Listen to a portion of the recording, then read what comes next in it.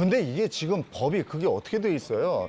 이 앞에서 지금 스토커처럼 막 그 여고생 쫓아다니고 괴롭히고 그쵸. 이랬잖아요. 예. 아니 그러면 그거를 좀 세게 처벌할 수 있는 법은 없어요? 그동안 이런 일이 많았잖아. 스토킹 뭐 이런 거. 사실 스토킹 처벌법이 현재 입법인 예고되어 있지만 국회에 네. 계류 중인 상태인데요.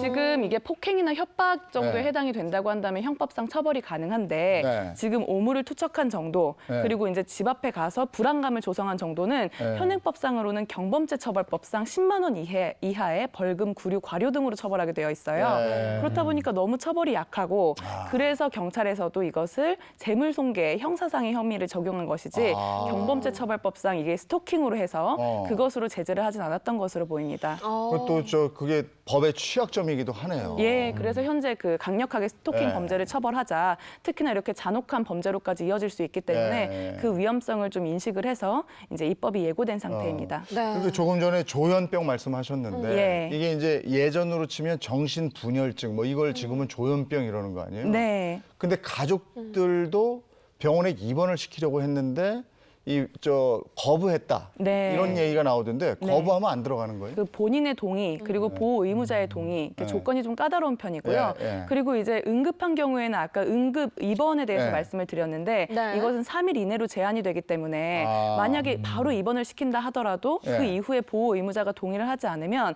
범행 예방을 위해서 이 사람은 이제 신체를 구인할 수 있는 방법은 예. 없는 거예요. 네. 그러니까 현행법상으로는 이제 조금 더 치료를 강화해야 된다는 쪽으로 그리고 또 입원에 대해서도 완화가 되어야 된다는 그런 의견이 많습니다. 네. 근데 물론 뭐 이런 일을 가지고 조현병이 잠재적인 범죄자다 이렇게 단정 지을 수는 없어요. 네. 그렇지만은 이제 겁나는 게 사실이거든요. 근데 제가 알아보니까 우리 주변에 조현병 환자가 50만 명이나 된다고. 네. 그러니까 우리 인구가 5천만 명이면 1% 정도예요. 예. 근데 그 50만 명, 가족 4명으로 치면 곱하기 4 하면 200만 명이 예. 이 조현병으로 고통을 받고 있는 거죠. 근데 이게 강금만이 능사는 아니다 이런 얘기도 있긴 있더라고요. 그러면 네. 그 범행이 예상되는 분에 대해서는 적극적으로 치료를 해서 그렇죠. 치료를 예, 해야죠. 예. 그게 중요하고 또 치료가 예. 가능하다는 그런 그 소견도 있거든요. 사전에 조금 더 적극적으로 안 씨를 제재했다면 어땠을까라는 생각이 계속해서 드는데요. 어쨌거나 이 사건은 살인, 그리고 방화, 처벌은 좀 어떻게 받게 되나요? 예, 살인 및 방화의 그 경합범으로 처벌이 될 수 있는데요. 네. 먼저 방화 부분에 대해서 살펴보면 사람이 거주하거나 현존하는 그 건물에 대해서 방화를 하고 소해한 경우에는 무기 또는 3년 이상의 징역으로 처벌될 수가 있고 네. 그러다가 이제 사람을 상해에 이르게 한 경우에는 무기 또는 5년 이상의 징역으로 처벌될 수가 있습니다. 사망에 이르게 한 경우에는 사형, 무기 또는 7년 이상의 징역에 처해질 수가 있고요. 네. 그리고 이제 미리 준비한 흉기로 사람을 살해한 것은 형법상 살인죄, 그리고 또 미수에 그친 경우에는 살인 미수가 되는데 형법상 살인죄의 경우에는 사형, 무기 또는 5년 이상의 징역에 처해지고 유기징역에 처해질 경우에는 10년 이하의 자격정지가 병과될 수 있습니다. 이번 흉악한 범죄를 저지른 안인득 씨 예. 노모가 우리 아들에게 확실하게 벌을 내려달라 이렇게 얘기를 했다고 그러는데 맞습니다. 취재진에게 네. 정말 선처하지 말고 네. 정말 엄벌에 처해달라라고 얘기하면서 유족들에게 정말 미안하고 죄송스러운 마음이다라는 입장을 밝혔습니다. 이런 경우에는 어떻게 되는 거예요? 피해자 유족들한테 뭐 어떻게 해줄 수 있는 방법이 있는 거예요? 어떻게 예, 돼요? 적극적으로 이제 이주 지원이라든지 네. 그리고 앞으로의 그 심리 상담에 대해서 지원이 마련되고 있는 네. 상황인데 구체적으로 보면 직접 피해자에 대해서 이주를 원할 경우에 2년 동안의 그 임대료를 받지 않고 그리고 또 이제 뭐 무상으로 이주비를 지원하겠다라는 대책이 마련되어 있는 상황이고요. 네. 그리고 경상남도하고 진주시에서는 이 피해자분들이 원할 때까지 계속적으로 심리 상담을 제공하겠다라는 입장을 내놓았습니다. 예. 어제 희생자 중에서 한 분 첫 발인이 있었다면서요? 예, 유일한 남성 피해자였던 예. 70대 황모 씨의 발인이 있었는데요.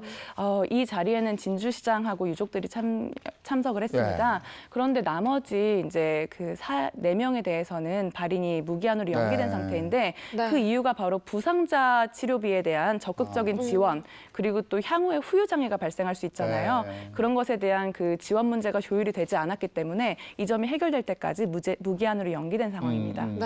아니, 그런데 이번 사건 말고도 이렇게 불특정 다수를 상대로 한 묻지마 범죄가 최근에 정말 많이 일어나고 있어요. 예, 정말 국민들을 불안에 떨게 하고 있는 그런 사건들이 많았었는데 작년 6월에 한 약국에서도 네. 이런 묻지마 사건이 일어났었습니다. 오. 아, 무슨 무슨 일입니까? 약을 사러 들어온 게 아닌가 보죠? 예, 갑자기 한 남성이 약국으로 들어왔는데요.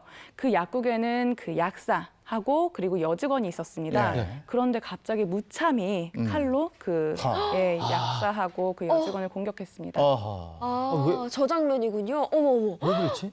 아니 저기는 저 약국이라는 데는 저 누구나 왔다 갔다 할 수 있는 곳이니까. 네. 무방비 상태 약사와 직원을 찌르네요. 어머. 어머 어머. 어떻게? 원인은 정말 충격적인데요. 밝혀졌어요? 왜 왜 그랬다는 그런 거예요? 거죠? 정말 심각했던 사건인데 네. 그 경찰 조사 과정에서 2015년부터 그 약국에 있는 약사와 뭐 직원이 네. 뭐 심한 욕설을 했다 네. 이렇게 주장을 했어요. 그런데 이제 조사 결과 사실은 일면식도 없었던 것으로 드러났던 것이었거든요. 네. 아니 처음 보는 사람한테 범죄를 저질러 놓고 거짓말 거짓말한 건가요? 뭔가요? 예, 실제로도 이제 미리 흉기를 구입해 놓고 그 약국 주변을 배회하면서 손님들이 좀 잦아들기만을 기다렸다가 이제 인적이 드문 시간을 찾아서 바로 들어간 다음에 이렇게 약사하고 그 직원을 공격했던 것이었습니다. 그래서 그럼 그 약사분이랑 그 직원분은 지금 많이 다치셨나요? 안타깝게도 그 직원분은 사망을 했습니다. 아이고. 그리고 약사는 중상을 입었는데요. 네. 심지어는 그 경찰 조사 과정에서 그 직원이 사망했다는 소식을 듣고도 네. 안 죽었느냐라고 반문을 하면서 아주 뻔뻔하고 황당한 태도를 보이기까지 했습니다. 아니 어떻게 그렇게 뻔뻔할 수가 있죠? 예? 예, 그래서 이 가해자의 뻔뻔한 태도에 국민적인 공분을 사게 됐고 국민청원에는 가해자 남성을 제대로 처벌해달라 네. 이런 이제 의견이 올라서 14건이나 청원이 제기됐습니다. 네. 그리고 최대 19만 7,300여 명이 청원에 동참했습니다. 그랬군요. 아니 처벌이 그래서 어떻게 됐어요? 좀 네. 강력하게 됐나요? 검찰은 범행수법이 굉장히 잔인하고 죄질이 나쁘기 때문에 엄벌이 필요하다라고 해서 네. 무기징역을 구형을 했는데요. 네, 네. 재판부에서는 달랐습니다. 피고인이 범행을 인정하고 뒤늦게나마 반성하는 태도를 보이고 네. 있었고 이 사건에서도 조현병이 이제 받아들여졌어요. 그래서 심신이 미약한 상태에서 네. 범행을 했고 그래서 이 범죄가 잔혹했던 이유도 정신질환 때문이었던 것으로 보인다라고 하면서 네. 30년, 징역 30년을 선고하고 위치 추적 장치 15년을 부착할 것을 명했습니다. 야, 이게 죽었다는 그 소식을 듣고서도 안 죽었냐고 아직 안 죽었냐고 이런 얘기를 하는 사람인데 너무 약하게 처벌한 게 아닌가라는 생각이 드네요. 네, 맞습니다. 검찰에서도 이 피고인이 범행 당시 상황을 보면은 심신이 미약했다고 보기 어렵다. 왜냐하면 네. 인적이 없는 시간을 이제 찾아서 공격을 네. 했잖아요. 네. 그렇기 때문에 너무 처벌이 약하다고 해서 항소를 했는데요. 네. 결국엔 항소가 기각되어서 앞서 원심에서처럼 징역 30년과 위치 추적 장치 15년 부착 명령이 그대로 유지됐습니다. 피해자가 정말 억울할 것 같아요. 죄의 무게라는 게 상당히 무거운데 정신과 치료 그 기록이 있어서 감형이 됐다면 너무나도 억울할 것 같습니다. 근데 이런 지금 묻지마 범죄에 대한 얘기 해드렸는데 굉장히 불안해요. 네. 그러니까 이렇게 걸어가다 내가 당할 수 있어요. 그럼요. 그리고 아무 이유 없이 불특정 다수를 상대로 하는 범죄이기 때문에 우리가 더 불안한 거거든요. 그래서 본보기로 이런 범죄 행위를 한 사람은 더 크게 처벌해야 되는 게 아닌가 이런 생각이 들거든요. 예, 일리가 있는 말씀입니다. 하지만 일단 그런 범죄 행위가 발생을 하고 나면 무고한 생명이 희생되기 때문에 네. 일단 조기에 이런 정신 건강상의 문제를 그렇죠. 발견하고 네. 그리고 시스템을 재정비해서 네. 이번 진주 사건에서도 이미 68차례나 조현병 치료 경력이 있는데 이 점을 네. 포착하지 못했잖아요. 네. 이것을 각 기관에서도 다 파악을 해가지고 예, 특히 범행이 우려되는 자에 대해서는 입원이라든지 이런 조건을 완화해서 적극적으로 치료를 해서 예방하는 것이 더 중요하다고 봅니다. 예, 이건 정말 사회적 문제거든요. 예. 네. 알겠습니다. 오늘 좋은 말씀 들려주신 두 분 감사합니다. 네, 고맙습니다.